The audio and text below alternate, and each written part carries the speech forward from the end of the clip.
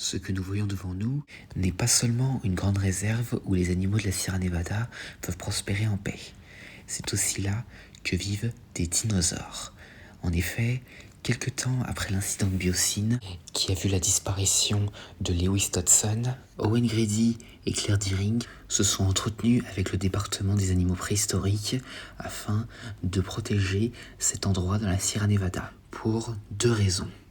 La première était que de nombreux dinosaures sont traqués par des braconniers, notamment ceux qui étaient commandés par le défunt renne de la cour, mort à Malte pendant la transaction, et qui ont récemment été vus abattre un des Parasaurolophus. Ça, c'est une des principales raisons.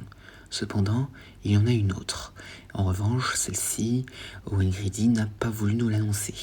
En effet, ce serait pour quelque chose de personnel. Cependant, il existe une grande théorie indiquant que cela pourrait être pour protéger un certain dinosaure, un vélociraptor connu sous le nom de Blue.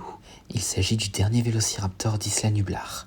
Après le déferlement des dinosaures, elle s'est installée dans cette région, non loin de là où vit Grady et sa famille, et a donné naissance à une fille connue sous le nom de Beta par Maisie Lockwood.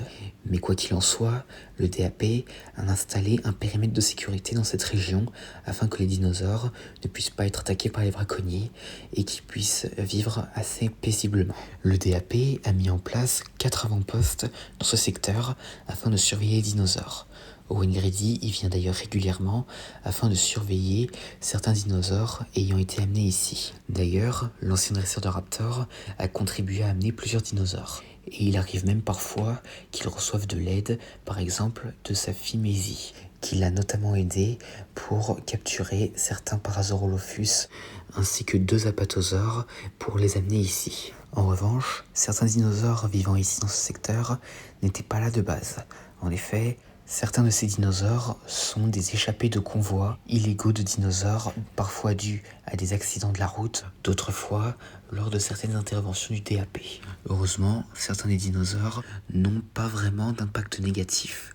En effet, il s'agit principalement d'herbivores et de petits carnivores. Mais parfois, il arrive que des carnivores de taille moyenne, alors en train de migrer, entrent dans la région et ne provoquent parfois des attaques, à la fois sur les animaux, qu'ils soient dinosaures ou mammifères, mais aussi sur les villages. Par exemple, il y a quelques jours, il y a eu l'attaque d'un dinosaure à ce jour non identifié sur un petit village qui a vu 2 morts. Mais cela n'empêche pas le DAP de faire de son mieux pour les capturer et de mettre en place certaines mesures de sécurité, afin que les gens du coin savent comment réagir si jamais ils croisent un dinosaure. Mais maintenant, passons aux dinosaures vivant dans ce secteur et entrons immédiatement dans ce parc naturel. Le premier dinosaure, et non des moindres, est le Vélociraptor Blue. C'est le dernier vélociraptor d'Isla Nublar. Ayant été élevé par Owen Grady depuis sa naissance, elle a un grand lien avec lui. Et cela a notamment été montré lorsqu'elle l'a sauvé du dangereux hybride connu sous le nom d'Indoraptor. Après le décès de ses sœurs en 2015, Blue était considérée comme la dernière de son espèce et a vécu une vie de solitude sur Isla Nublar avant d'être sauvée de l'éruption du mont Sibo. Après avoir quitté le manoir Lockwood, elle a suivi à distance Owen Grady, son père adoptif, et s'est même installée près de chez lui. Là, elle a découvert l'instinct maternel en donnant naissance via parthénogenèse à une fille baptisée Beta par Maisie Lockwood. Mais malgré le fait qu'elle est maintenant une fille, la vie en meute lui manque, et notamment ses sœurs lui manquent. Et en ce moment, Grady essaie de trouver une solution pour l'aider. Mais à part ça, Blue est le dinosaure le plus connu de la région. Certaines personnes essaient même de trouver le moyen d'aller la voir. Et un documentaire lui a même été consacré et a été surnommé le raptor le plus intéressant au monde. Mais maintenant, laissons-la rentrer tranquillement à son nid et intéressons-nous aux autres dinosaures. En premier, nous avons les Compsognathus. Pas étonnant, étant donné que ce sont l'un des dinosaures les plus répandus sur le globe. Cependant, ces Compsognathus n'ont pas toujours été là. En effet, ils étaient transportés par des braconniers et se sont échappés dans la nature suite à un accident de la route. Et les Compsognathus, connus pour se reproduire très vite, tels des lapins, ont pu se répandre un peu partout dans les forêts, se nourrissant d'insectes, d'oiseaux et de lapins. Cependant, le potentiel qui les attaque est très reconnu dans le monde, donc les habitants savent comment s'y faire, notamment grâce au conseil de Darius Bowman. Mais bon, espèce suivante est plutôt insolite, le Moros intrepidus. La mythologie n'est pas notre domaine de spécialité, mais nous savons que Moros intrepidus doit son nom à un dieu grec du même nom et qui est la personnification du destin fatal. Les Moros avaient été créés pour être étudiés par Biocine. Cependant, certains d'entre eux ont quitté les Dolomites et certains se sont même cachés dans des cargos et ont pu se répandre dans le monde entier. En revanche, ils attaquent rarement les humains, préférant se nourrir de rongeurs. Et certains habitants des États-Unis prennent même le risque d'en adopter. Enfin, du moins quand ce sont des bébés, car quand ce sont des adultes, c'est bien plus compliqué et même parfois impossible. Ce qui est assez insolite en sachant que ce sont quand même de petits carnivores, et qui aiment parfois nettoyer les dents des plus gros carnivores, comme c'était le cas dans la vallée Biocine avec le Giganotosaure, l'ancien super prédateur de la vallée. Mais bon, maintenant laissons-les car je sens qu'ils en ont marre qu'on les observe. Donc maintenant nous passons à un herbivore, l'ankylosaure. Herbivore quadrupède emblématique de la fin du Crétacé.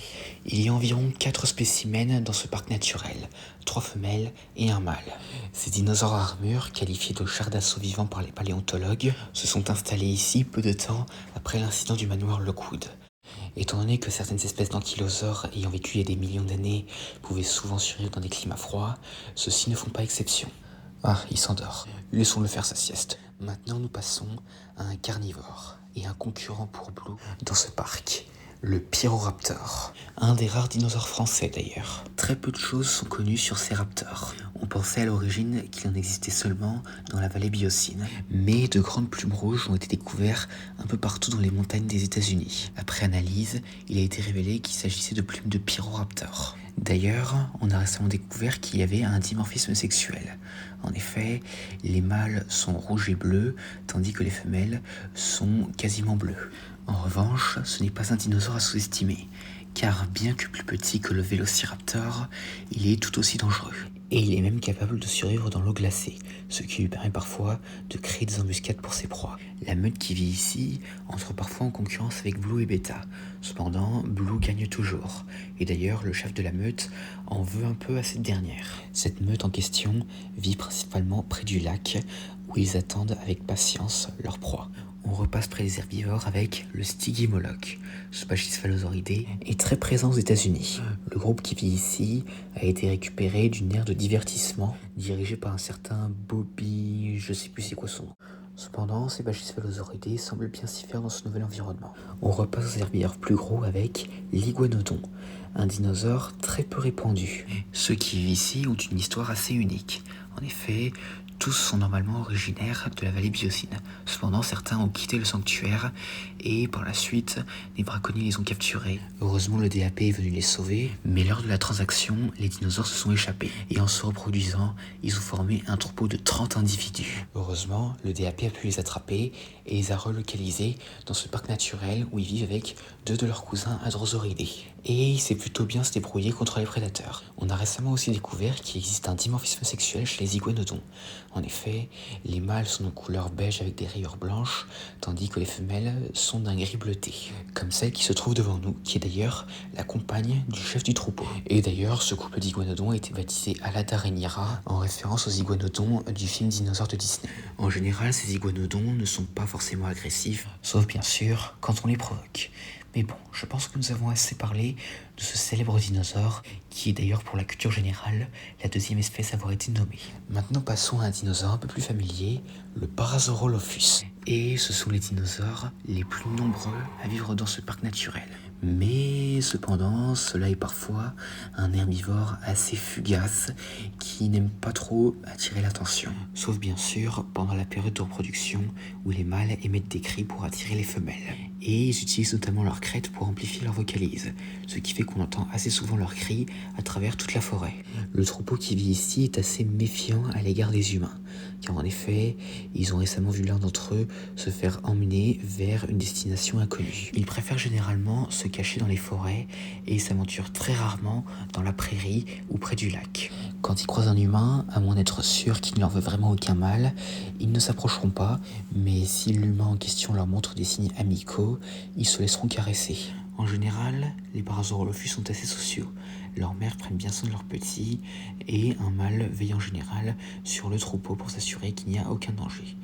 Mais bon, maintenant, laissons-les un peu profiter de la vie. Ah tiens, voilà la dernière espèce d'adrosaure à vivre dans le parc naturel, l'Ouranosaure.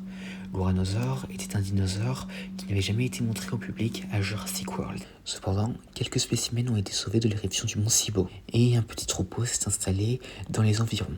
En raison de leur adaptation, ils ont pu développer certaines caractéristiques, notamment un physique différent comme pour les Parasaurolophus. Même si ce sont des herbivores, il peut arriver qu'ils se montrent violents. Selon les campeurs de la colo du Crétacé, ce serait parce qu'ils auraient été victimes d'un traumatisme dû à l'attaque d'un dinosaure hybride sur Isla Nublar, connu sous le nom de Scorpius Rex, qui a depuis été éliminé juste avant que les campeurs ne quittent Isla Nublar. Les ouranosaures des environs ont tendance à coexister avec les Parasaurolophus, et parfois aussi les iguanodons.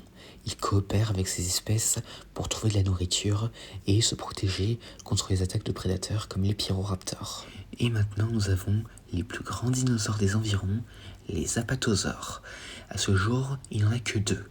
Ces derniers ont été trouvés par Mésilocoud, près de la ville avoisinante, quelque temps avant que la jeune fille ne soit enlevée. Et ces 2 apatosaures ont rapidement été signalés par les habitants de la région qui ont appelé le DAP qui les a conduits ici. Et aussi après que l'un d'entre eux ait été soigné suite à un accident avec un train. Comme la plupart des sauropodes, les apatosaures ne sont généralement pas dangereux. Mais cela ne les empêche pas de pouvoir se défendre contre des attaquants en se faisant plus grands, plus impressionnants, en se levant sur leurs 2 pattes arrière ou en utilisant leur queue pour donner des coups fatals à leurs adversaires. On a notamment vu un apatosaure casser la mâchoire d'un pyroraptor récemment. Et on peut dire que ce petit carnivore était assez imprudent. Cependant, il ne l'était pas autant que le seul carnivore de la région capable de tuer un sauropode, l'allosaure. Vous vous souvenez au début quand je parlais de dinosaures qui migraient? Eh bien, ces 3 allosaures sont l'un de ces dinosaures migrateurs qui ont récemment élu domicile dans ce parc naturel. Ces 3 spécimens sont une femelle accompagnée de ses 2 fils. Ils cherchent l'endroit idéal pour s'installer et on dirait qu'ils ont choisi ce parc naturel comme nouveau territoire. Cependant, bien que le premier jeune allosaure se tienne assez régulièrement près de sa mère, le deuxième en ce moment commence un peu à s'éloigner. On suspecte qu'il a trouvé une compagne. Et c'est ici que se clôture la visite du parc naturel du DAP de la Sierra Nevada, l'un des rares sanctuaires de dinosaures à ce jour avec la vallée Biosine.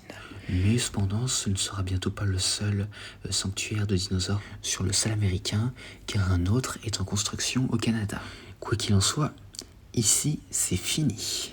À la prochaine. Et n'oubliez pas, quand vous voyez un dinosaure, méfiez-vous et signalez-le immédiatement aux autorités.